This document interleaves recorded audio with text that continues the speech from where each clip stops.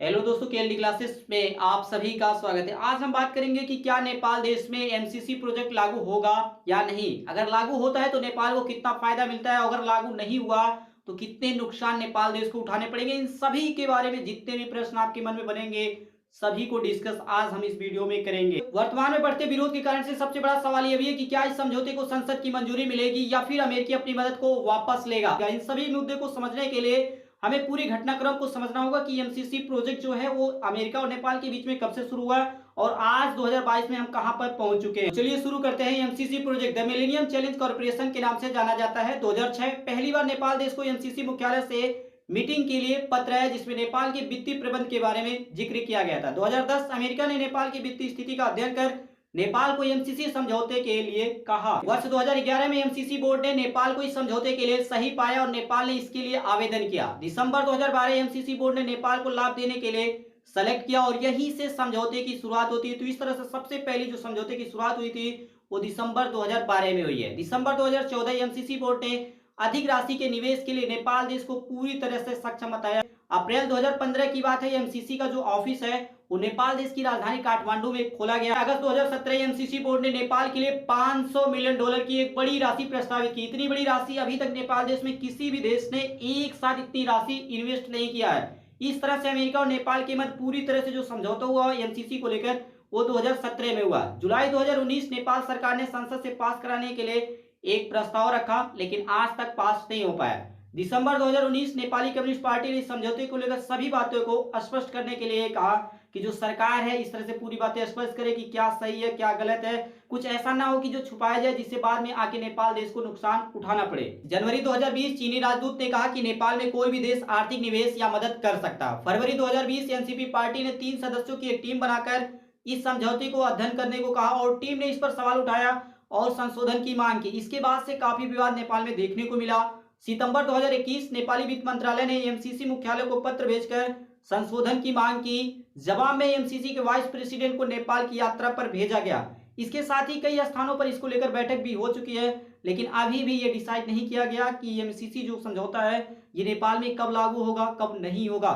नवंबर 2021 संसद से पास कराने के लिए नेपाल सरकार की ओर से कुछ समय और मांगा गया। समय वर्ष 2022 के फरवरी महीने में पूरा हो रहा है लेकिन अभी तक देश के जो नेता हैं ये तय नहीं कर पा रहे हैं कि क्या किया जाएगा, लागू होगा या नहीं लागू होगा, कोई भी डिस्कस नहीं हो पा रहा है। एमसीसी प्रोजेक्ट के फायदे की बात किया जाए तो इसके तहत नेपाल में इंफ्रास्ट्रक्चर परियोजनाओं के विकास, भारत नेपाल को जोड़ने वाले प्रोजेक्ट, नेपाल में बिजली की ultra high voltage transmission line जिसका इस्तेमाल कर नेपाल भारत को बिजली भेज सकेगा। इसके साथ ही कुछ सड़क परियोजनाओं का भी विकास होना है। इस समझौते में भारत की मंजूरी के साथ नेपाली संसद का समर्थन जरूरी है लेकिन राजनीतिक दलों और लगातार जनता के विरोध के कारण से इसका भविष्य पिछले 5 वर्षों से केवल जो कागज के फाइल होते हैं उसी तक सीमित रह चुका है। सबसे बड़ी बात यह है कि इस पर कोई ब्याज नेपाल को नहीं देना होगा। इसके साथ ही हमें मौजूदा संकट को भी समझना होगा कि यह संकट इतना बड़ा कैसे हो चुका। अमेरिकी विदेश मंत्रालय ने हाल ही में कहा कि नेपाल को यह तय करना होगा कि वो 28 फरवरी 2022 तक समझौते को मंजूर करे, नहीं तो इसका असर दोनों देशों के संबंधों पर पड़ेगा जो 1947 से अमेरिका और नेपाल के बीच में बना हुआ है। लेकिन नेपाल की राजनीतिक पार्टियां संसद से मंजूरी दिलाने के पक्ष में नहीं है। इनका कहना है कि समझौते में कई ऐसे प्रावधान हैं जो देश हित के खिलाफ है। कुछ अमेरिकी अधिकारियों के बयानों से भी इस पर भ्रम फैला है। जैसे यह समझौता अमेरिका के इंडो पैसिफिक स्ट्रेटेजी के अनुसार बताया गया लेकिन बाद में इससे इनकार कर दिया गया लेकिन समस्याएं तो बढ़ चुकी थी। सबसे अधिक विरोध एनसीपी पार्टी कर रही है जिसका मानना है कि यह चीन के प्रभाव को रोकने के लिए किया जा रहा है जबकि नेपाल किसी भी देश के खिलाफ नहीं जाना चाहता है चाहे वो दुनिया का कोई भी देश हो। इसी तरह समझौते को लेकर कुछ दुष्प्रचार भी फैलाया जा रहा है जैसे अमेरिका इस मदद के बहाने नेपाल में अपने सैन्य अड्डे बना सकता, यह चीन को रोकने की रणनीति है, इससे नेपाल को समरूपता को नुकसान होगा। ऐसी कई बातें कही गई है। यही वजह है कि नेपाली जनता इसका विरोध कर रही है और जो नेतागण है वो चुनाव जीतने के लिए विरोध कर रहे हैं क्योंकि कुछ ही समय में नेपाल में चुनाव होने वाले हैं तो अपने अपने पार्टी को चुनाव जिताने के लिए ऐसे इस तरह से कदम उठाए जा रहे हैं। कुछ मीडिया रिपोर्ट ने कहा कि अमेरिका समझौता लागू कराने के लिए 28 फरवरी तक समय दी है लेकिन सच तो यह कि नेपाल के प्रधानमंत्री शेर बहादुर देउबा और गठबंधन नेता पुष्प कमल दहल प्रचंड ने पिछले वर्ष अमेरिकी अधिकारियों को पत्र लिखकर कहा था कि वे 4 से 5 महीने में संसद का समर्थन दिला देंगे लेकिन अब तक इसे मंजूरी न मिलने से अमेरिका काफी नाराज है। समझौते के अनुसार भारत को भी भरोसे में लेना होगा क्योंकि बिजली ट्रांसमिशन लाइन नेपाल की बुटवल से भारत के गोरखपुर तक बिछेगी लेकिन राजनीतिक दलों का कहना है कि जब समझौता नेपाल और अमेरिका के बीच हुआ है तो इसमें भारत को क्यों बीच में लाया जा रहा है। लेकिन आप सभी को समझना चाहिए कि जब भारत के गोरखपुर तक बिछेगी तो भारत से तो पूछना ही पड़ेगा और उसकी मंजूरी लेनी ही होगी। ऐसा करने से नेपाल को अमेरिका, भारत, जापान और ऑस्ट्रेलिया के क्वाड समूह, इन चारों देशों का एक समूह है जिसे क्वाड समूह कहा जाता है, का समर्थक माना जाएगा, जिसका चीन लगातार विरोध कर रहा। ऐसे में नेपाल की विदेश नीति के लिए ठीक रहेगा या नहीं रहेगा, इसलिए जो नेपाल की जनता है वो काफी कंफ्यूज है कि करना चाहिए इस समझौते को या नहीं करना चाहिए, क्या फायदा है क्या नुकसान है। इस पूरी तरह से जो कंफ्यूजन है वो बना हुआ अभी तक। नेपाल के पूर्व प्रधानमंत्री केपी शर्मा ओली कई बार कह चुके हैं कि एमसीसी ऐसा समझौता नहीं है जो हमेशा के लिए लागू होगा, बल्कि अधिकतम 5 वर्षों के लिए लागू होगा। अगर परियोजना तब तक पूरी नहीं होती है तो भी यह समझौता खत्म हो जाएगा। इसलिए इसे अन्य मुद्दों से जोड़कर नहीं देखना चाहिए कि कौन सी राजनीतिक पार्टी क्या कर रही है, कौन सा न्यूज़पेपर क्या कर रहा है, इस पर आपको बहुत ज्यादा ध्यान नहीं देना चाहिए। इस समझौते में ऐसा कोई भी प्रावधान नहीं है जो नेपाल की संप्रभुता, स्वतंत्रता, विकास प्रक्रिया, जिम्मेदारी और अंतर्राष्ट्रीय संबंधों पर नकारात्मक प्रभाव डाले। अमेरिका ने भी कहा कि यह कोई सैन्य घटक नहीं है, क्योंकि अमेरिका का कानून सभी देशों के लिए समान है। इसे विकास के अलावा कुछ भी नहीं माना जा सकता। अगर कोई ऐसा कह रहा है कि इसके अलावा कुछ भी है तो आप उसे ना माने। अगर कोई इसका गलत फायदा उठाता है तो इसे निश्चित समय से पहले भी समाप्त किया जा सकता है, क्योंकि इसकी जो समय सीमा है वो 5 वर्षों के लिए है। न केवल मुख्य विपक्षी बल्कि सत्ताधारी दल भी सुनिश्चित नहीं है कि एमसीसी का समर्थन किया जाए या नहीं किया। तो ऐसी स्थिति में देश की जनता किस तरह से फैसला करेगी जब देश को चलाने वाले लोग फैसला नहीं कर पा रहे हैं। संसद के 271 सदस्यों में से 155 सत्तारूढ़ गठबंधन से हैं और कई राजनीतिक पार्टियां समझौता तोड़ने की बात कर चुकी हैं कि अगर सरकार इसको लागू करेगी तो हम सरकार को ही गिरा देंगे।